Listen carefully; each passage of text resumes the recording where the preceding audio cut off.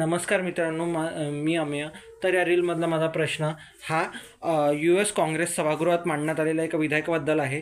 तर माझा प्रश्न असा आहे की अलीकडेच USच्या काँग्रेस सभागृहात अथवा USच्या संसदेमध्ये टेक्सासचे काँग्रेस सदस्य ब्रँडन गिल यांनी मांडलेल्या विधेयकानुसार किती डॉलरच्या चलनी नोटांवर डोनाल्ड ट्रम्प यांचे चित्र छापले जाण्याची शक्यता आहे.